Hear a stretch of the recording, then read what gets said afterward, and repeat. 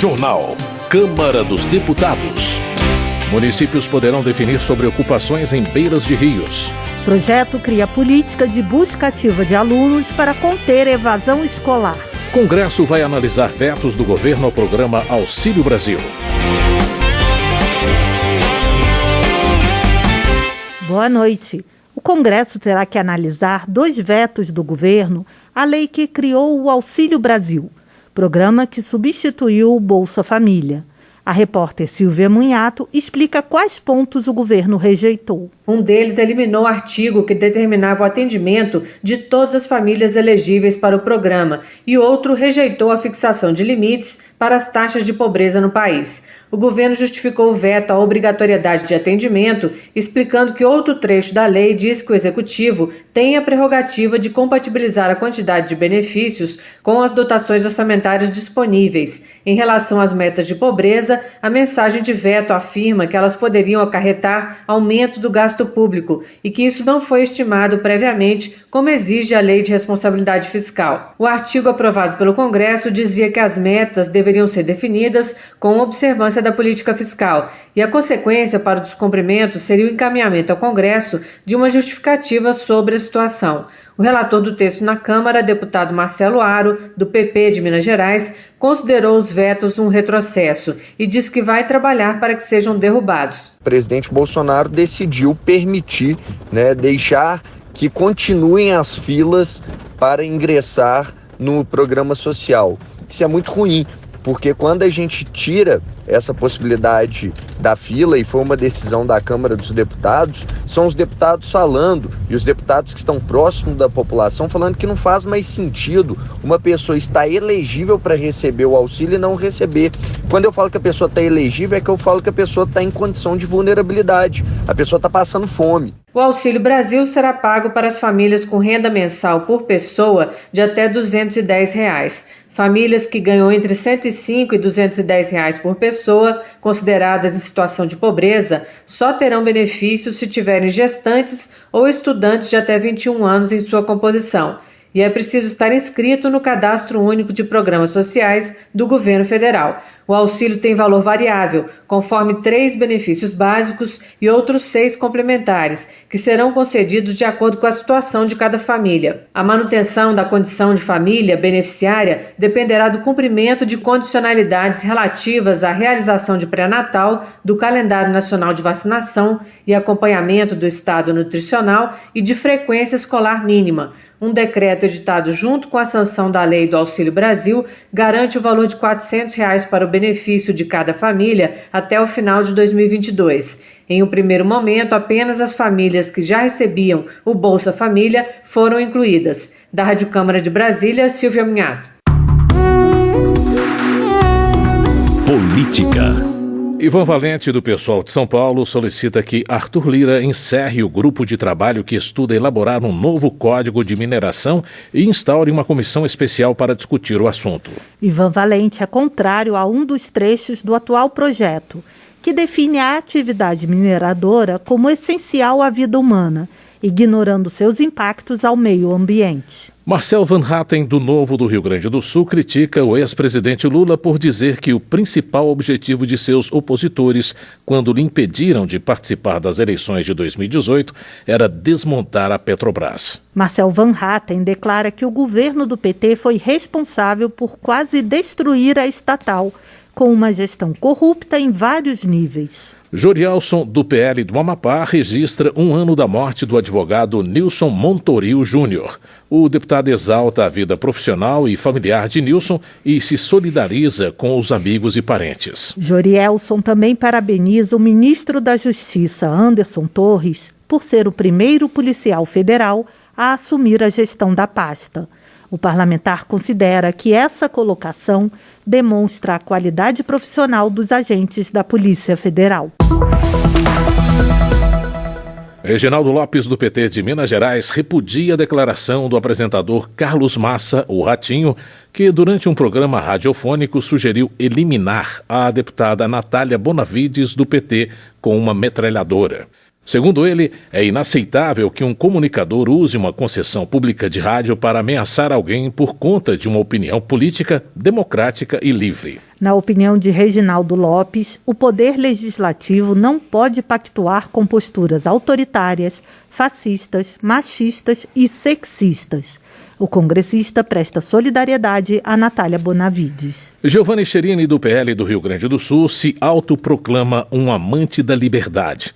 Na visão do parlamentar, quando um cidadão é punido por simplesmente manifestar uma opinião contrária à do Supremo, por exemplo, a liberdade individual fica abalada. Giovanni Cherini desafia a imprensa a se manifestar sobre as prisões de jornalistas que publicaram opiniões contrárias às de ministros do Supremo. O deputado questiona se realmente vale a pena defender a liberdade de expressão quando a opinião de quem falar agrada ao ouvinte. Economia.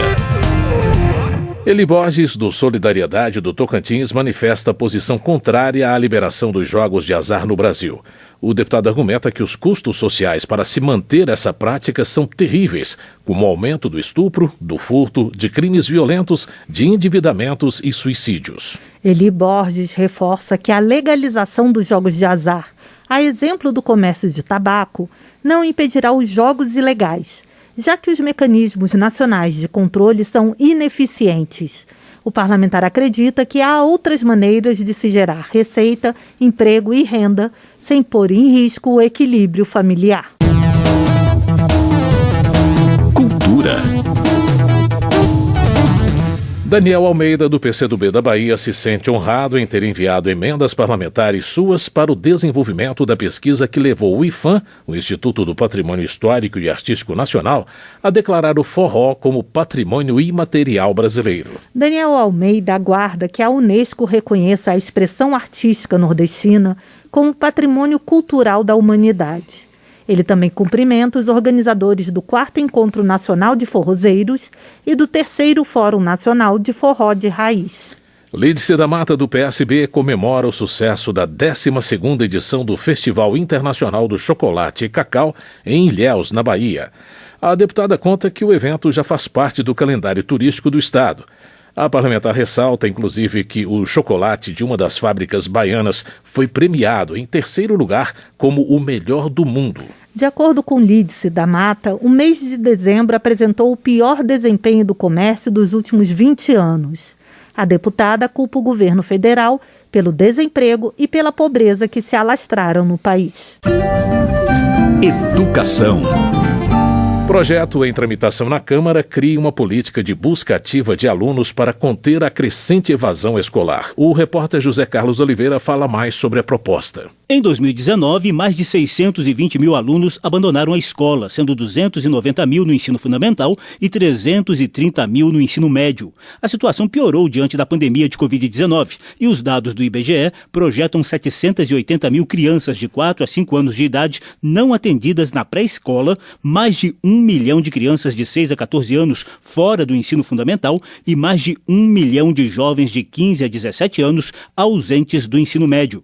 Para combater essa evasão escolar em alta, a Câmara analisa a proposta que cria a Política Nacional de Busca Ativa de Crianças e Jovens de 4 a 17 anos com idades próprias para a educação obrigatória. O texto já foi aprovado pela Comissão de Seguridade Social e Família, com parecer favorável do relator, deputado Eduardo Barbosa, do PSDB de Minas Gerais, preocupado com a baixa frequência escolar no país. Isso para nós é muito grave, principalmente para aquelas crianças que vêm de famílias de baixa renda, que não têm outras oportunidades de estímulos educacionais fundamentais para a sua vida e para o seu percurso escolar. Entendemos também que a busca ativa aproxima a escola da família e muitas vezes, podendo articular com outras políticas públicas, trabalhar para que todos os empecilhos e obstáculos que fazem com que a criança não esteja na escola possam ser ultrapassados. O texto original é da deputada professora Dorinha Seabra Rezende, do DEM do Tocantins, e recebeu apenas pequenos ajustes de Eduardo Barbosa, que também é o relator da proposta na Comissão de Educação. O deputado destaca que entre as estratégias de busca ativa estão o recenseamento anual dos estudantes, a identificação de crianças e adolescentes que estão fora da escola ou em risco de evasão e a formação de comitês intersetoriais nos estados e municípios.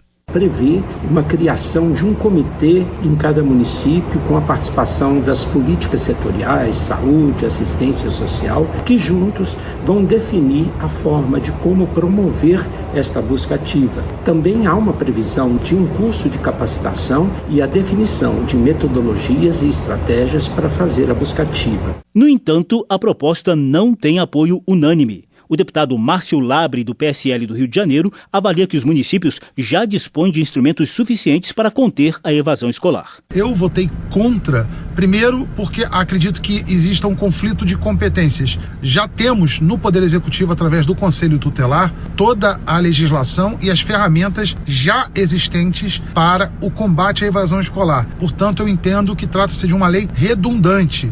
De acordo com a proposta, a União prestará assistência técnica e financeira aos estados e municípios na implementação da Política Nacional de Busca Ativa de Crianças e Jovens de 4 a 17 anos fora das escolas. Se a proposta também for aprovada nas comissões de Educação e de Constituição e Justiça, o texto poderá seguir diretamente para a análise do Senado, sem necessidade de votação no plenário da Câmara. Da Rádio Câmara de Brasília, José Carlos Oliveira. Ciência e tecnologia. Pompeu de Matos, do PDT do Rio Grande do Sul, protesta contra a privatização do CEITEC, Centro Nacional de Tecnologia Eletrônica Avançada, empresa pública vinculada ao Ministério da Ciência, Tecnologia e Inovações, única fabricante de chips de silício na América Latina. Segundo Pompeu de Matos, o CEITEC é um investimento estratégico, pois o Brasil consome 2,5% da produção mundial de eletrônicos. De acordo com o deputado, a empresa desenvolveu 42 patentes brasileiras e 2 internacionais, o que comprova sua eficiência. Gustavo Fruit, do PDT do Paraná, comemora a aprovação da Política Nacional de Cidades Inteligentes, da qual é relator. Para o deputado, este é um dos temas mais importantes quando o assunto é planejamento e desenvolvimento urbano, com vistas a projetar uma sociedade inovadora, altamente qualificada e com sistema de governança participativo. Gustavo Fruit explica que a matéria leva ainda em consideração as imensas desigualdades do país, que exigem políticas permanentes de inclusão. Segundo o parlamentar, o texto buscou antecipar a aplicação de algumas inovações, como a tecnologia 5G, a inteligência artificial, a internet das coisas e a tecnologia da informação e de comunicação. Segurança Pública. Jones Moura, do PSD do Rio de Janeiro, pede ao presidente Arthur Lira a criação da comissão especial que vai discutir a proposta de emenda constitucional que trata dos guardas municipais.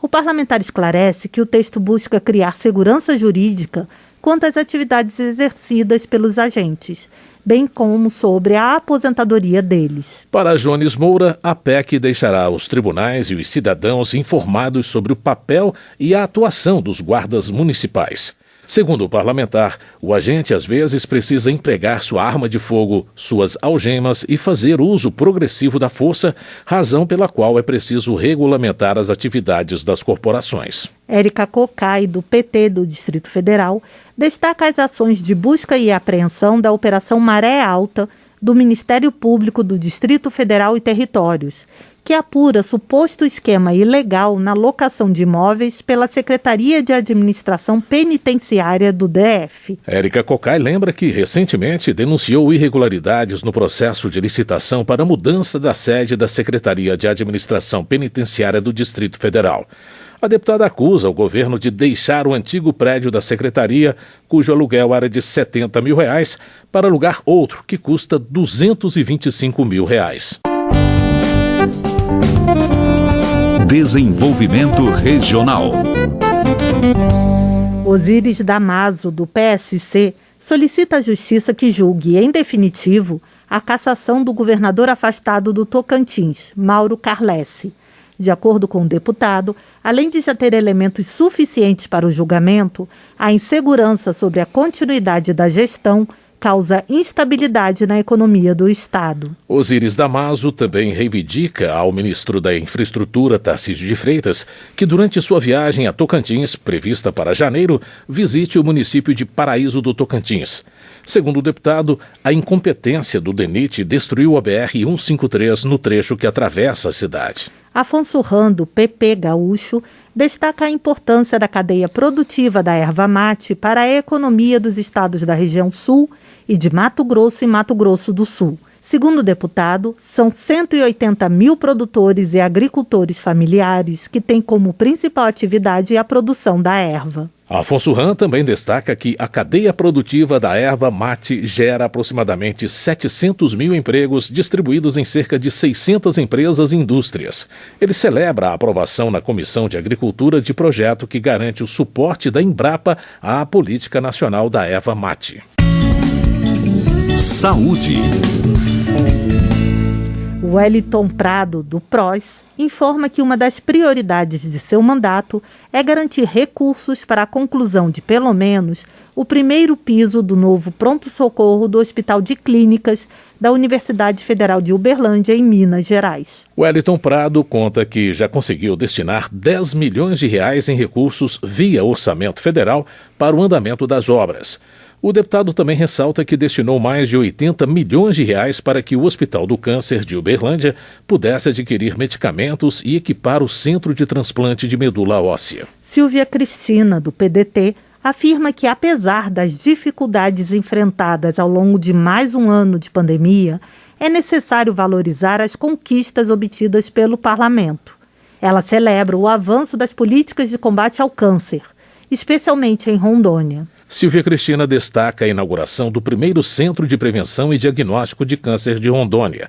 Segundo ela, a unidade que já está em funcionamento é a prova de que é possível avançar na pauta da saúde, dando cada vez mais qualidade de vida para a população. Meio Ambiente.